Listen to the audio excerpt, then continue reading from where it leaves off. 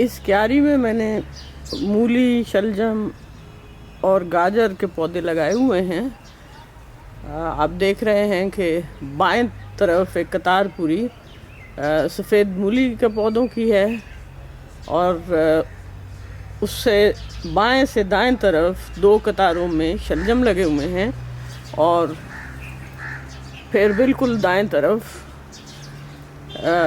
2 कतारों में गाजर के पौधे लगे हुए हैं।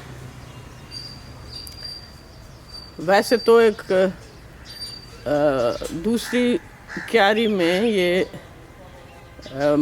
टमाटर के पौधे भी लगे हुए हैं जिन पे कि अब फूल और फल आना शुरू हो गया है। और आखिर में आप देख रहे हैं कि ये सरसों के 1 या 2 वॉलंटियर प्लांट्स हैं और ये कहीं बीज गिर गया होगा तो ये खुद ब खुद ही निकल आए थे और अब आप देखें कि इन पे किस कदर खूबसूरत फूल लगे हुए हैं। तो मैंने इनको पौधों को निकाला नहीं था, इनको छोड़ दिया था कि ये फूल पोलिनेटर्स को अपनी तरफ मुतवज्जे करेंगे और हम अपने गार्डन से अच्छे नताइज हासिल कर सकेंगे। तो कुछ ही अरसे के बाद ये फूल वैसे भी बीजों में कन्वर्ट हो जाएंगे और वो बीज फिर अगले साल हमारे काम आएंगे। तो आज मैं आपके साथ जो चीज़ शेयर करने वाली हूँ वो ये है कि मैं अपने इस क्यारी का इस वक्त मज़ीद क्या इस्तेमाल करूँगी। आप ये देख रहे हैं कि दाएं तरफ गाजर के पौधों की 2 कतारें हैं और उन कतारों के दरमियान आपको खाली जगह नज़र आ रही है। मैं चूँकि ये नहीं चाहती कि गर्मियों की सब्जियां लगाने में ताख़ीर हो और मैंने तो बीज बहुत पहले जनवरी में ही लगा लिए थे, तो मैं अब ये करूँगी कि ये जो दरमियान में खाली जगह है इसके ऊपर करेले की पनीरी लगाऊंगी और जब तक करेले के पौधे थोड़े से बड़े होंगे तो उस वक्त तक यहाँ से मैं गाजर हार्वेस्ट कर लूँगी। तो इस तरह मैं अपनी ज़मीन का ज़्यादा से ज़्यादा और बेहतरीन इस्तेमाल कर पाऊँगी। इसमें तरीका ये है कि जब हम इतनी थोड़ी सी ज़मीन से मुसलसल पैदावार हासिल करने की कोशिश करते हैं तो फिर हमें ज़मीन को मुसलसल खुराक देने की ज़रूरत होती है।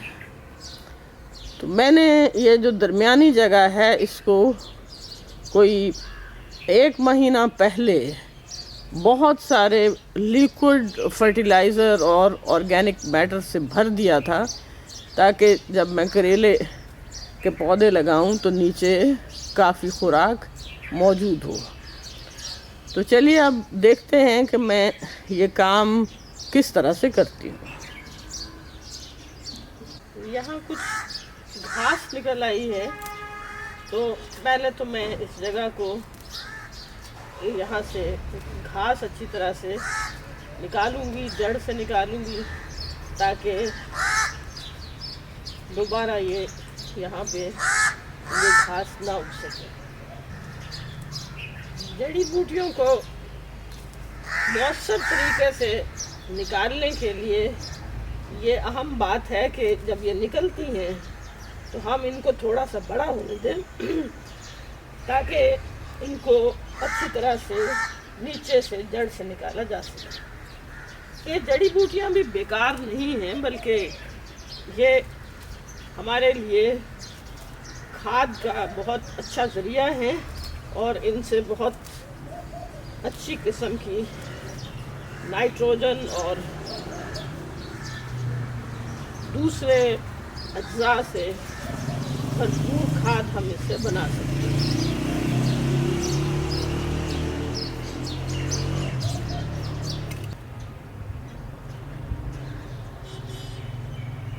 मैं यहाँ पे गहरी खुदाई नहीं कर रही हूँ, बल्कि सिर्फ वहाँ से थोड़ी सी मिट्टी हटा रही हूँ कि जहाँ मैंने करेले की सीडलिंग्स लगानी है।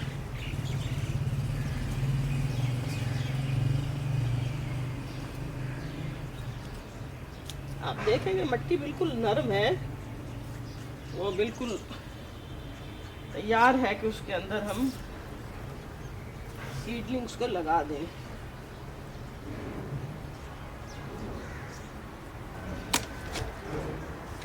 ये करेले की पनीरी आप देख सकते हैं, जो मैंने तकरीबन 1 महीना पहले लगाई थी, और ये कुछ पौधे कोई चीज़ ऊपर गिरने की वजह से टूट गए हैं, और कुछ की जर्मिनेशन हो गई है। जर्मिनेशन तो ये टूटे हैं, जाहिर है उन सब की हुई थी, कुछ की जर्मिनेशन नहीं हुई है।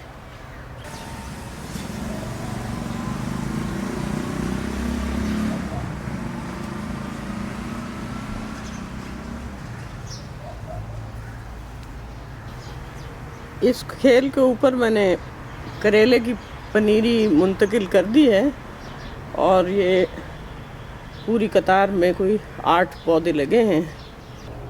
अब मैं इसको पानी दूंगी, और मैं आपको ये भी बताना चाहती हूँ कि मैंने इस जगह का इंतखाब क्यों किया है करेले लगाने के लिए। एक वजह तो ये है कि जब इस जगह पे, ये गार्डन का ऐसा हिस्सा है कि जहाँ हर तरफ से धूप आती है, तो जब चारों तरफ से धूप मिलेगी तो ये बेलें अच्छी तरह से परवान चढ़ेंगी और करेले भी खूब लगेंगे। दूसरी बात ये है कि मैं ये चाहती हूँ कि टमाटर के पौधों से मैं साल भर टमाटर हासिल करती रहूं। तो चूँकि यहाँ पे धूप बहुत आ जाती है, अप्रैल के महीने से ही बहुत धूप शुरू हो जाती है, तो मैं तजुर्बे के तौर पे यहीं पे पिछले साल भी, यहाँ भी बहुत सारी जगहों पे मैं टमाटर लगाती हूँ, तो यहाँ भी लगाए थे, लेकिन अप्रैल के महीने में जाके तो पौधे वो गर्मी की शिद्दत से ख़राब होने शुरू हो गए और उन्होंने फल देना बंद कर दिया था। अब मैं ये चाहती हूँ कि टमाटर के पौधे यहीं पे रहें और उनके आसपास मैं बेलदार सब्जियां लगाऊं, जिनकी वजह से टमाटरों को पार्शल शेड मिलता रहे। तो यहाँ पे करेले के पौधे लगाने का एक मकसद ये भी है कि ये टमाटर आप देख रहे हैं कि 3 पौधे तो इसमें बड़े हो चुके हैं, लेकिन बाकी अभी बढ़ रहे हैं। तो जब तक ये बड़े होंगे तब तक करेले की बेलें भी बड़ी हो जाएंगी, और मैं देखूंगी कि हम अब की बार टमाटर के पौधों को बचा सकते हैं या नहीं। 1-2 दिन के बाद मैं ये जो गाजरों के बाएं तरफ शलजमों की 2 कतारें हैं, इनके दरमियान भी इसी तरह से करेले के पौधे मुंतकिल कर दूंगी। आज 15 फरवरी है, 15 फरवरी 2021, और ये बेहतरीन मौसम है। फरवरी का महीना बेहतरीन महीना है गर्मियों की सब्ज़ियां लगाने के लिए।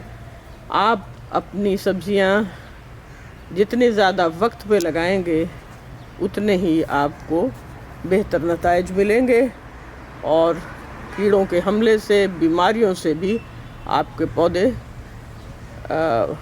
बेहतर तौर पे महफूज रहेंगे और सब्ज़ी भी ज़्यादा लगेगी।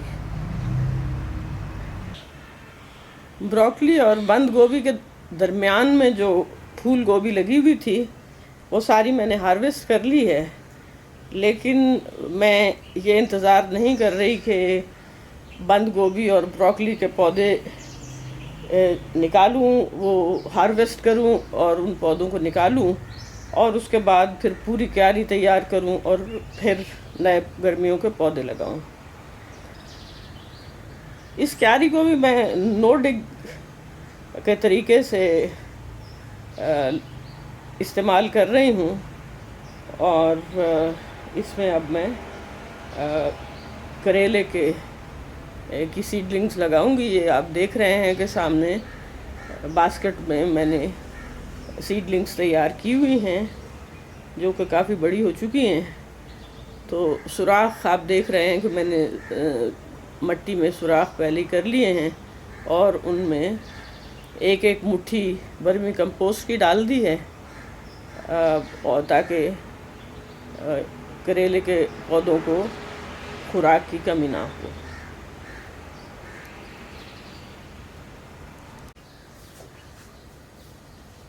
करेले की पनीरी लग गई है और बिल्कुल जो उसका मौजूद तरीन वक्त है उस पे लगी है। अगर ये पनीरी मैं पहले तैयार ना करती और इंतज़ार करती कि ये मैं फूल गोभी और ब्रोकली और बंद गोभी पहले हार्वेस्ट करूँगी और उसके बाद बीज लगाऊँगी तो बहुत देर हो जाती और जितनी हम मौसम से पछेते होते जाते हैं उतना ही पेस्ट अटैक का ख़तरा भी बढ़ता जाता है और पौधों की कारकर्दगी भी अच्छी नहीं रहती। मई जून में शदीद गर्मी हो जाती है जिसकी वजह से पौधों की प्रोडक्टिविटी भी रुक जाती है। तो ये फरवरी के महीने के अंदर ही अगर से 15 मार्च तक हम ये इन सब्ज़ियों के बीज वगैरह लगा सकते हैं, लेकिन ये बेहतरीन मौसम है कि अगर हम फरवरी में लगा लें।